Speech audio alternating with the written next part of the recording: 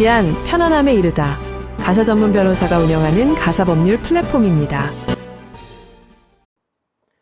안녕하세요. 편안함에 이르다 지안의 서용진 변호사입니다. 오늘 이혼 사건 그 두 번째 에피소드, 유책 배우자도 이제 이혼 청구 가능하다 라는 제목으로 시작하겠습니다. 기존 이혼 소송에서 유책 배우자가 이혼 소송을 제기하는 경우 상대방이 이혼을 원하지 않는다면 유책 배우자의 이혼 소송은 기각되었었습니다. 그런데 최근 대법원은 유책 배우자가 이혼 청구를 하더라도 특별한 사정이 있다면 이혼 청구를 인정하였는데요. 그 판결을 살펴보겠습니다. 과연 유책 배우자의 이혼 청구가 인정되기 위한 특별한 사정은 무엇일까요? 사실관계 살펴보겠습니다.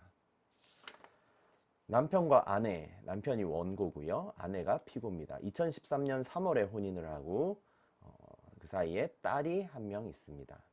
2016년에 원고는 변호사 선임해서 이혼 소송을 준비하다가 철회를 했고요.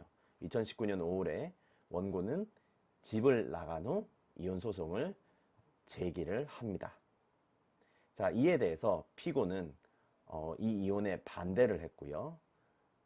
이 소송에서 법원은 원고 청구 기각, 그 이유는 오히려 원고에게 혼인 파탄에 더 큰 책임이 있다.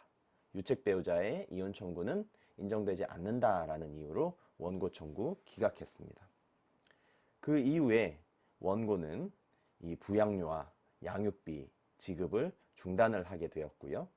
그리고 피고는 이에 부양료하고 양육비 등 청구 소송을 제기를 해서 지금 현재 남편은 매월 부양료와 양육비 명목으로 100만 원을 지급하고 있고, 그 이외에 또 원고는 피고와 아내와 딸이 살고 있는 본인 명의 임차 아파트 소유권을 취득한 후에 현재 대출금까지 변제 중이다 라는 거죠. 그 이후에 2022년 9월에 원고는 본 사건인 이혼 청구 소송을 다시 제기합니다. 이 사건에서도 피고는 이혼에 대해서 반대를 하고 있는 입장이죠. 자, 이에 대해서 이 사건의 쟁점은 유책주의와 파탄주의, 법원에서 어느 것을 인정할 것인가이죠. 자, 원심은 이 소송 역시 원고는 종전 이혼 소송에서 패소 판결을 받은 이후에도 여전히 가정으로 돌아가지 않은 채 피고와의 관계 개선을 위한 아무런 노력도 하지 않았다. 그리고 피고는 이혼 의사가 전혀 없고 위 판결 선고 2년 만에 다시 동일한 내용의 소를 제기하였는 바 원고 이혼 청구 기각을 하였습니다. 자, 여기에 대법원은 이 반대로 유책 배우자의 이혼 청구를 인정하기에 이르렀는데요. 그 이유는 다음과 같습니다. 원고는 이혼 청구 배우자의 유책성을 상쇄할 정도로 상대방 배우자 및 자녀에 대한 보호와 배려가 이루어진 것으로 볼 수 있다.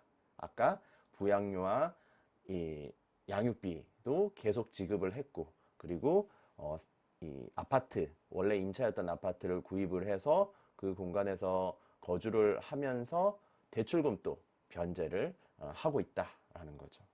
자, 피고 또한 혼인관계 악화에 대한 비난과 소통 거부, 중요하죠. 가정법원에서의 부부상담 등 조치를 거부했다 등 혼인 유지를 위한 아내도 최소한의 노력이 부족해 보인다라는 거죠. 그리고 무엇보다 중요한 이 혼인관계 유지가 미성년자인 사건 본인의 정서적 상태와 복리를 저해한다라고 판단했습니다. 이와 같은 이유를 근거로 원고, 설령 원고가 과거 유책 배우자였다고 하더라도 이 이혼 청구는 인용된다라는 판단을 내린 거죠.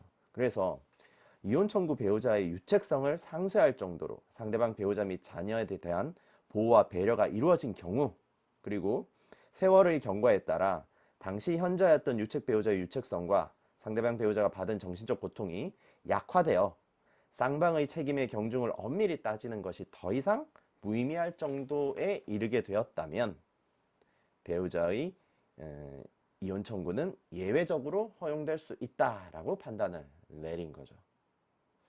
그래서 이 판결 이후에 마치 유책 배우자의 이혼 청구도 무조건 인정된다 되는 것처럼 보일 수는 있겠지만 절대 그렇지 않죠. 유책 배우자의 이혼 청구가 인정되는 경우는 특별한 경우에 한해서 인정되고, 특별한 경우는 여기에서 살펴본 바와 같이 이혼 청구한 상대방 배우자도 오로지 일방 배우자에게만 혼인 관계 악화에 대한 잘못이 있다고 비난하고, 대화와 소통을 거부하고, 가정법원이 권유하는 부부 상담 등 혼인 관계 회복을 위한 실시하는 조치에 정당한 이유 없이 불응하는 경우, 그죠? 이럴 때는 혼인 유지를 위한 최소한의 노력조차 기울이지 않았다고 볼 여지가 있어, 설령 그 배우자가 혼인 관계를 계속 의사표시를 하더라도 이를 인정한 데는 신중해야 된다라는 거죠. 네, 이와 같은 특별한 사정이 있을 때 어찌됐든 굉장히 전향적인 판결이죠. 유책 배우자의 이혼 청구가 인정된 사례이다라는 겁니다. 네, 자, 오늘은 유책 배우자의 이혼 청구가 인정된 사례를 살펴보았습니다. 다음 에피소드에서 찾아뵙겠습니다. 서용진 변호사였습니다. 감사합니다.